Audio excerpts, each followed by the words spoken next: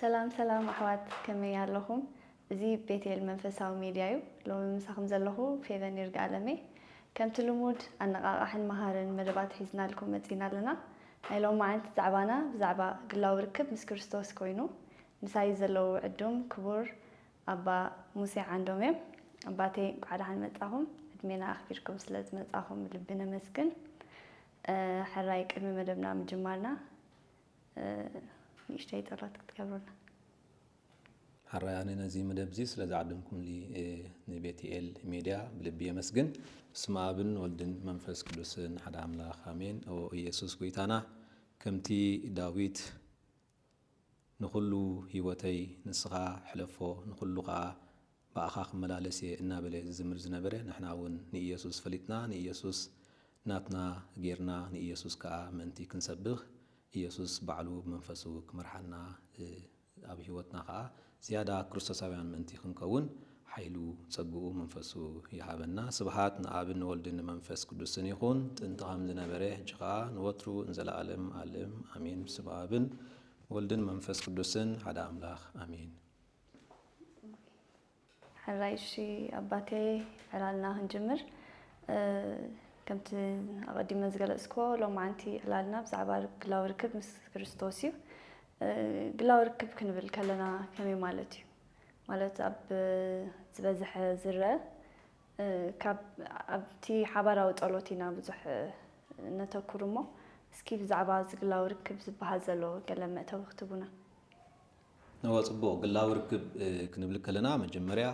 كابتي أملاخ أب مدوبو كفلت بزعبا جزار أسو قلت بزعبا مدبو نهزب إسرائيل كونه أب حدش كدانكا يسوس تنايد إحنا تكبار نخفتهم كله زتكملوا مللي ويون حدا كابتي كندي نصر كوينو أب قدس مسحف زرقيو أبو لكدان كونه أب حدش كدان أملاخ نسبات بقولهم كرخبهم أبتي علتاوي هيوتهم إن مسأ إن رخبة اتمدبو كقلت اللهمينا نرئي كل جزء أملاخ من رخاب مخانو أملاخ جت نجت زواسع مخانو بقندي أبو لكيدان كنا بحدش كيدان بفولي من قدي تجلسوا يركب أملاخ أبو لكيدان كم عركي كعلل كم بصايم كينو كوجاسيم كلها نركب في اللاي أب زساعات معرف سلاسان سلستن كسر عسرت حدا سب مسفتاويو خمس زارب إجزي أبيهر مسموسي جت نجت يزارب نبره زبل تقصي نركب أب أديامن هيوانن ونكون ريان خيل أبراهام يعقوب إسحاق موسى كلهم نبيات نترى أنايم كن من أملاخ نتلقخو مسدادو كل جزء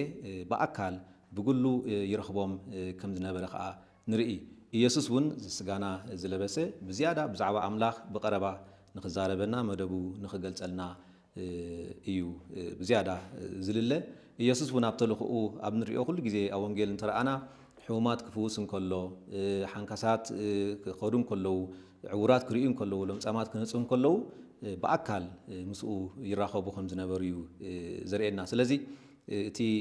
نحنا نملكه أملاخ من رخاب مخانو جت نجت مصدق سبات فيت نفيت زراقب مخانو زواسع مخانو إنا تي كريستنا وإمنت قلاو ركبيو زبل حساون زمت بويو أب حدش كدان ون ناي صوعتا ناي بزح السبات نترى أنا أو إنجيل لوكاس معرف حمشت حدا عسرت حدا زلو سمعون بطرس كتصوعن كله كابتا أبجالبا ناي سمعون مسيح يسوس بأكل مسرخبو بأكل مسؤول مستراخبه مسألة ليو زبجس باولوس ون نترى أنا ساول توهيلو ندماسكو عنو خيدن كله بحكي أبتا تلقوختيا أبتا أب دماسكو استجبرت قلاويت ركبي باولوس دحار عبسب كينو نعبي تلقوخ استتصوع ماتيوس نبعلو تقبل قرط يسوس أبتا سفرو أبتا سرحو أبتا علتاوي هيوتو زمر حلا زنبره ناي قرص مخفال سرحو أبتا بوتو مصيو كصوعو حواريا خدكون كا صعبني زبولو سلازي بحافشا خرم كله أب حدش كيدان أب هيوت ناي يسوس أب ناي تلقو ناي يسوس ونترانا كل جزء يسوس زخون نجار نخجبر حومات كفوس عورات كريو كل نجار كجبرن كله بأكل مصيو مسأمي واسع كم زنبر إزخاء تقندي نأملاخ أجباب كم زنبره سلازي بوينا خا እምነት ግላዊ ርክብ ምስ ኣምላኽ እዩ እምበር ካልእ ኣይኮነን ኣምላኽ ባዕሉ ዝጥቀመሉ ዘሎ ሓደ ቀንዲ መጋበሪ ቀንዲ ንመንነት ኣምላኽ ዝገልጽ ብርሑቕ ኮይኑ ብኻልኦት ሰባት ኮይኑ ዘይኮነ ኣምላኽ ባዕሉ ወሪዱ ዝዛረብ ኣብ ህይወቶም ዝኣቱ ስለ ዝኾነ ብሓቂ ኣብዚ ነዚ ክነተኩረሉ እውን ንኽእል ስለዚ ኣብ ቅዱስ መጽሓፍ እውን ብዙሕ ጥቕስታት እውን ክንረክብ ንኽእል ኢና ብኸምኡ ኣምላኽ ይረኽቦም ምዃኑ ኣምላኽ ብኣካል ይመጾም ከም ዝነበረ ንርኢ ካብቲ ብኣካል ዝግበር ርክብ ከዓ እቲ ህይወቶም ይልወጥ ከም ዝነበረ ከዓ ክንርኢ ንኽእል እዚ ኢና እቲ እምነት ግላዊ ርክብ ምስ ኣምላኽ ምስ ክርስቶስ እዩ ኢልና ንጅምሮ ዘለና ኣሰንትኖ ማለት እዩ ሕረ ኣባተይ ካብዚ ካብ ብሉይን ሓድሽን ኪዳን ክተልዕልዎም ጠናሕኩም ጥቕስታት ኣምላኽና ኣምላኽ ምርኻብ ገጽ ንገጽ ምስ ህዝቡ ዝራኸብ ኣምላኽ ከም ምዃኑ መጠን ዕርክነት ክንብሎ ዶ ንኽእል እሞ ከም ዕርክነት እወ ይከኣል እዩ ከምቲ ካብ ዘፀኣት ምዕራፍ 33 ቁፅሪ 11 ዝረኣናዮ ሰብ ምስ ፈታዊኡ ከም ዝዛረብ እግዚኣብሔር ከዓ ምስ ሙሴ ገጽ ንገጽ ይዛረብ ነበረ ጂቲ ኣብ መንጎ ሙሴን እግዚኣብሔርን ዝነበረ ዕላል ልክዕ ከም ናይ ዕሩኽ ዕላል ከም ዝነበረ ኢና ንርኢ እንታይ ማለት እዚ ኣምላኽ ብሓቂ ንዕርክነት ንዝምድና ይጽውዖም ከም ዘሎ ንኸምልኽዎ ጥራይ ዘይኮነስ ብሓቂ ኣብቲ ህይወቱ ንኽሳተፉ ይጽውዖም ስለ ዘሎ ብሓቂ ብቐረባ መጺኡ ክዛረቦም ይኽእል እዩ ስለዚ ከምኡ ክንብሎ ንኽእል ኢና ዕርክነት እውን ክንብሎ ንኽእል ኢና ነዚ ዝያዳ ዝገልጸልና እቲ ናይ ኣምላኽ መደብ እዩ ኣምላኽ ናቱ ፔዳጎጂ ናይ ምርኻብ ፔዳጎጂ ገጽ ንገጽ ፊት ንፊት ናይ ምርኻብ ፔዳጎጂ ዝጥቀም ነዚ ዝያዳ ከዓ ዘብርሁልና ርእሰ ሊቃነ ጳጳሳት ቤኔዲክቶስ መበል 16 ብዛዕባ እዚ ነገር እዚ ብዙሕ ዝፀሓፉ ብዙሕ ኣሰንትኖ ዘቕረቡ ኣቦና እዮም ካብቲ ናቶም ጽሑፋት ኩሉ ነፂሩ ዝረአ ንክርስትና ክገልጽ ዝርከብ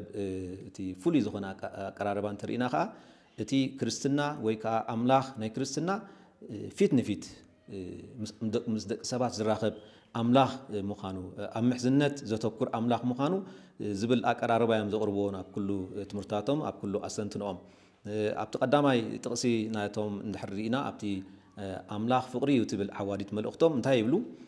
ክርስቲያን ምዃን ማለት ውፅኢት ስነ ምግባራዊ መደብ ወይ ከዓ ሓደ ልዑል ስነ ሓሳብ ኣይኮነን ይብሉ ክርስቲያን ምዃን ወዲ መዝሙር ምዃን ሓደ ስነ መገታዊ ወይ እውን ስነ ምግባራዊ መደብ ወይ ሓደ ከዓ ልዑል ስነ ሓሳብ ዘይኮነስ ምስ ሓደ ኩነት ወይ ኢቨንት ወይ ከዓ ኣካል ዝግበር ርክብ እዩ ይብልዎ እንጂ ሓሳባት ኣይኮነ እንታይ ደኣ ምስ ሓደ ኩነት ምስ ሓደ ፍጻሜ ወይ ከዓ ምስ ሓደ ኣካል ንብሎ ኩሉ ግዜ ንኣምላኽ ንመላእኽቲ ከምኡ ከዓ ንሰብ ዝገልጽ ኣገላልጻ እዩ ንክርስቶስ ከዓ ካልኣይ ኣካል ናይ ስላሴ ኢልና ንገልጾ ስለዚ ወይ ምስ ክርስቶስ ምርኻብ ወይ ምስ ኣምላኽ ምርኻብ ወይ ከዓ ኣምላኽ ዝገበሮ ፍጻሜ ሓደ ኢቨንት ምስ ሓደ ኩነት ፊት ንፊት ምርኻብ ማለት እዩ ስለዚ እዚ ርክብ እዚ ከዓ ይብሉ ኣልጊቦም ንሰብ ሓድሽ ኣድማስን ወሳኒ ዝኾነ ኣንፈትን ዘለዎ ህይወት ይህቦ እንድሕር ርኢና ኣብ ኩሉ ቅዱስ መጽሓፍ ኣብ ብሉይ ኪዳን ኣብ ሓድሽ ኪዳን እንተረኣና እቶም ምስ ኣምላኽ ገጽ ንገጽ ርክብ ዝገበሩ ሰባት ሓድሽ ኣድማስ እዮም ዝፈጥሩ እቲ ህይወቶም ከምቲ ናይ ቀደም ኣይኮነ ንኣብነት ሳውል ናብ ጳውሎስ ዝተቐየረሉ ኩነታት ናይ ደማስቆ እንተረኣና ይቕየር ህይወቱ ይቕየር ሙሴ ይቕየር ኩሎም እዮም ዝቕየሩ ስለዚ እዚ ርክብ እዚ ምስ ኣምላኽ ብግልኻ ዝርከብ ምስ ሓደ ኩነት ዝግበር ርክብ ንሰብ ሓድሽ ኣድማስን ወሳኒ ዝኾነ ኣንፈትን ዘለዎ ህይወት ከዓ ይህቦ ይብል ስለዚ ሓይሊ ከም ዘለዎ ክርስትና ኣብ ስነ ምግባር ወይ ሓሳባት እኽብካብ ዘይኮነ ብሓቂ ምስ ሓደ ኢቨንት ምስ ሓደ ኩነት ወይ ከዓ ምስ ክርስቶስ ምስ ኣምላኽ ገጽ ንገጽ ተራኺብካ እትገብሮ ምላሽ ምዃኑ ዝምድና ምዃኑ እዮም ዝገልጹልና ኣብዚ ተወሳኺ መብራርሂ እውን ሓደ ፒተር ኪፍት ዝበሃል ሓደ ጸሓፋይ ካቶሊካዊ እንታይ ይብል እቶም ምስ ኢየሱስ ዝተራኸቡ ንኢየሱስ ብቃላቱ ዝሰምዑ ገሊኣቶም ንኽቆትልዎ የለዓሎም ከም ዝነበረ ቃላት ናይ ኢየሱስ ነቶም ተኸተልቱ ዝኾኑ ከዓ ህይወቶም በጃ ኢየሱስ ክስውኡ እታ ንኽልቲኦም ግን ዝተፈላለየ መንገዲ እያ ፈጢራ ነቶም ጸላእቱ ቃላት ናይ ኢየሱስ ምስ ኢየሱስ ምስ ተራኸቡ ፍሉይ ለውጢ ክገብሩ እዚ ከዓ ንኢየሱስ ክሳብ ምቕታል ከብፅሖም ተረኺቡ ንኣብነት ፈሪሳውያን ከምኡ እውን ሃብታም መንእሰይ እንተረኣና ምስ ኢየሱስ ዕሊሉ ምስ ኢየሱስ ተራኺቡ ኩሉ ነገር ተባሂሉ ብሓቂ እቲ ኢየሱስ ዝበሎ ክገብር ስለ ዘይከኣለኻ እቲ ፍጻሜ እቲ ርክብ እቲ ኢንካውንተር ብሓቂ ኣይጠቆሞን ነቶም ሰማዕቱ ነቶም ተኸተልቱ ዝኾኑ ሃዋርያት ከዓ ሂወቶም በጃ ኣምላኾም በጃ ኢየሱስ ክስብኡ ይርከቡ ይብል ስለዚ እታ ኩነት እታ ፍጻሜ ሓንቲ እያ ምስ ኢየሱስ ገጽ ንገጽ ቃላት ናይ ኢየሱስ ገጽ ንገጽ ምስማዕ ምስ ኢየሱስ ምርኻብ እዩ እቲ ምርኻብ መጠን ክንደይ ሓይሊ ከም ዘለዎ እዮም ካብዚ ክንገልጸውን ንኽእል ሃዋርያትን ሃብታ መንእሰይን ርኢና እውን ክንሪኦ ንኽእል ስለዚ እዞም ርእሰ ሊቃነ ጳጳሳት እዚኣቶም ብዝተፈላለየ ግዜ ነዚ ትምህርቲ እዚ ክምሩን ከለዉ ብዓብዩ ነቲ ዓንቀጽ ናይ እምነትና ዝኾነ ጸሎት ሃይማኖት እውን ብሓቂ ብዝተፈላለየ መንገዲ ምስ ኣካል ዝግበር ርክብ ምዃኑ ይገልጹ እንታይ ይብሉ ንሶም እዚ ብ2006 ኣብ ጀርመን ብዛዕባ ጸሎት ሃይማኖት ኣብ ዝመሃርዎ ትምህርቲ ንረኽቦ እዩ ጸሎት ሃይማኖት እኽብካብ ናይ እማሜታት ወይ ፕሮፖዚሽንስ ወይ ከዓ ክልስ ሓሳባት ቲዮሪ ኣይኮነን እቲ ንሕና ጸሎት ሃይማኖት ንብሎ እቲ እምነትና ንገልጸሉ ጸሎት እኽብካብ ቲዮሪ ወይ ፕሮፖዚሽንስ ኣይኮነን እማሜታት ኣይኮነን ወይ ክልስ ሓሳብ ኣይኮነን እንታይ ደኣ ኣብታ ኣብ መንጎ ኣምላኽን ሰብን ሓቀኛ ርክብ ዝተፈጸመላ ናይ ጥምቀት ፍጻሜ ዝተተኽለን ሱር ዝሰደደን ወይ ከዓ መልህቑ ዝሰደደ እዩ ይብል እንታይ ማለት እዚ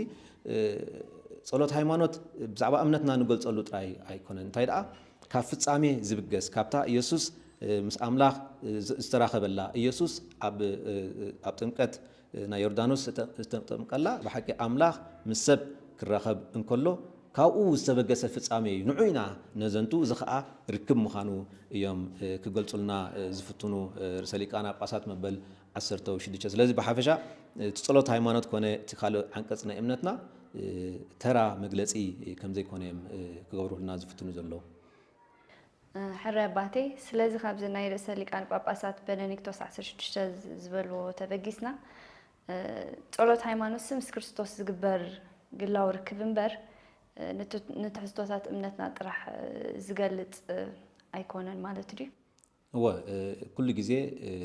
እቲ ንሕና ንኣምኖ እቲ ንሕና ንነብሮ ዘለና ብሓቂ ካብቲ ምስ ክርስቶስ ንገብሮ ርክብ ይብገስ እዩ ክብሉ ስለ ዝደለዩ እዮም እምበር ጸሎት ሃይማኖት ናይ እምነትና መግለጺ ማለት ኣይኮነን ማለት ኣይኮነን ዝብል ዘለዎ ግን ንሱ ጥራይ ኣይኮነን እቲ ንገልጾሲ እቲ ንኣምኖ እቲ ዝተዓምናዮ ከምቲ ዮሃንስ ወንጌላዊ ንሕና ነግረኩም ዘለና ዝተዓምናዮ ዝረኣናዮ ብእዳውና ዝረምሰስናዮ ነግረኩም ዘለና ኢሎም ከስምሩሉ ስለ ዝደለዩ እዮም ከምኡ እውን ምስ ተሓሒዙ እንታይ ኢሎም ይጠቕሱ ርእሰ ሊቃነ ጳጳሳት ካብቲ ብወንጌልን ምስ ክርስቶስ ብምርኻብን ዝብገስ ምድናቕን ምግራምን ላዕሊ ዝበልጽን ዝጸብቕን ካልእ የለን ይብሉ ካብቲ ኣብ ወንጌል ዘሎ ቃል ኣምላኽ ኣንቢብካን ንክርስቶስ ብምርካብን ዝመጽእ ጣዕምን ጽባቕን መወዳድርቲ ከም ዘይብሉ ከዓ ይገልጹ እወ ካብ ንኢየሱስ ምፍላጥን ብዛዕባ ምስኡ ዘለካ ዕርክነት ንኻልኦት ምዝራብን ንላዕሊ ዝጸበቐ ነገር ከቶ የለን ከዓ ይብሉ እዚ እንታይ ማለት እዩ ኩሉ ግዜ እቲ ምስ ክርስቶስ ምርኻብ መሰረት ናይ ኩሉ እምነት ምዃኑ እታ ምስ ክርስቶስ ንገብራ ግላዊ ርክብካ ብሓቂ ነቲ እምነትና ብኸመይ ዝበለ ፍርያም ዝኾነ ህይወት ከም ጸልዎ ከዓ ከርእየና ይርከብ ማለት እዩ ሓራይ ኣነ እውን ገለ ካብ ናይ መጽሓፍ ቅዱስና ጥቕስታት ምስ ክርስቶስ ካብ ዝተራኸቡ ገለ ክብል ኣብ ግብረ ሃዋርያት 9:1-8 ብዛዕባ ሳውል ምስ ክርስቶስ ምስ ተራኸበ ናብ ጳውሎስ ከም ዝተቐየረ ይጠቅስ ከምኡውን ዘኪዎስ ኣብ ሉቃስ 19:5 ከም ረኽቦ ተለዊጡ ድሕነት ከም ዝረኸበ ከምኡውን ኣብ ዮሃንስ 4:17-26 እታ ሳምራዊ ሰበይቲ ንክርስቶስ ምስ ረኸበት ሂወታ ከም ዝለወጠትን ንኻልኦት ብዙሓት ከይዳውን ወንጌል ከም ዘበሰረትን ጽምኣታውን ከም ዘርወየት ይነግረና ከምኡውን ኣብ ዮሃንስ 3:1-21 ከም ንሪኦ ናይ ኒቆዲሞስ ንክርስቶስ ምስ ረኸበ ሃዋርያ ከም ዝኾነ ተኸታሊ ክርስቶስ ከም ዝኾነ ሂወቱ ከም ዝተለወጠን ይነግረና ማለት እዩ እወ ከምዚ ክትብልዮ ፀናሕኪ ብዙሕ ኣለዉ ኣብ ቅዱስ መጽሓፍ እዚኦም ሃዋርያት ዝኾኑ ኢና ክንጠቕሲ ፀኒሕኪ ኒቆዲሞስ ብለይቲ ናብ ኢየሱስ ከም ዝኸደ ከምኡታ ሳምራዊ ሰበይቲ ብቐትሪ ናብቲ ሩባ ኸይዳ ንኢየሱስ ምስ ረኸበቶ ሂወታ ከም ዝተለወጠ ዘኪዎስ እውን ከምኡ ካብቲ ዝነበሮ ሂወት ካልእ እስኻ እውን ወዲ ኣብርሃም ኢኻ ድሕነት ይግባኣካ እዩ እናበለ ኢየሱስ ናብ ቤቱ ከም ዝዓደሞ ከዓ ንርኢ ካልኦትም ብዙሕ ኣለዉ እቶም ፍላይ ብሕማም ኮነ ብዝተፈላለየ ምክንያት ምስ ኢየሱስ ዝራኸቡ ሰባት ብሓቂ እቲ ምርኻብ መጠን ክንደይ ንህይወቶም ይልውጥ ንህይወቶም ከዓ ካልእ ህይወት ከም ዝገበሮ ከዓ በዝሕ ግዜ ኣብ ቅዱስ መጽሓፍ ተዘርዚሩ ይርከብ እዩ ንኣብነት ኢና ነዞም ውሕዳት እንጠቅስ ዘለና እምበር ብዙሕ ኣብ ቅዱስ መጽሓፍ ክንረኽቦ እንኽእል ዳርጋ ዛንታ ናይ ቅዱስ መጽሓፍ ዛንታ ናይ ምርኻብን ገጽ ንገጽ ናይ ምስታፍን ምዃኑ ኢና ክንርኢ ንኽእል ሕራይ ኣባቴ ናይ ቀዳማይ ክፋል ዕላልና ኣብዚ ክንዛዝም ቅድሚ ምዛምና እንካብ ወንጌል ዮሃንስ ምዕራፍ 12 ካብ 20 ክሳብ 22 ከነንብብ ኢየሱስ ብዛዕባ ሞቱ ከም ዝተዛረበ ካብቶም በቲ በዓል ክሰግዱ ዝደየቡ ከዓ ገሊኣቶም ግሪኻውያን ነበሩ ነቶም ናብ ፊልጶስ ብበዓል ቤት ሳይዳ ናብ ገሊላ መጺኦም ጎይታ ንኢየሱስ ክንሪኦ ንደሊ ኣሎና ኢሎም ነገርዎ ፊልጶስ ከዓ ከይዱ ንእንድርያስ ነገሮ እንድርያስ ፊልጶስን ድማ ከይዶም ንኢየሱስ ነገርዎ ይብለና እዚ ቃል ኣምላኽ እዩ ቃል ኣምላኽ ተመስገነ ሕጂ እቶም ግሪኻውያን ብሓቂ ጽምዓት ናይ ወዲ ሰብ ንኢየሱስ ምርካብ ምዃኑ እውን ካብቲ ናቶም ንኢየሱስ ክንሪኦ ንደሊ ኣለና ክንረኽቦ ንደሊ ኣለና እናበሉ ናብ ሃዋርያት ከም ዝመፁ ንኢየሱስ ክረኽብዎ ከም ዝሓተቱ ኢና ንርኢ ንሱ ከዓ ብሓቂ እቲ ክንብሎ ፀናሕና ግላዊ ርክብ ሓይሊ ከም ዘለዎ ሰባት ምስ ኣምላኽ ክራኸቡ ከም ዝደልዩ ዝገልጽ ጽምኢ ናይ ሰባት ዝገልጽ እዩ ናይዞም ግሪኻውያን ዘንበብክዮም ሓራይ ዝኸበርኩም ተዓዘብቲ ናይ ቀዳማይ ክፋል ዕላልና ኣብዛዚምና ኣለና ኣብ ካልኣይ ክፋል ድማ ብዛዕባ ክርስቶስ ምፍላጥን ንክርስቶስ ምፍላጥን ይፈላለዩ ብዝብል ኣርእስቲ ክንምለሰኩም ኢና ክሳብ ሽዑ እግዚኣብሔር ምስ ኩላትና ይኹን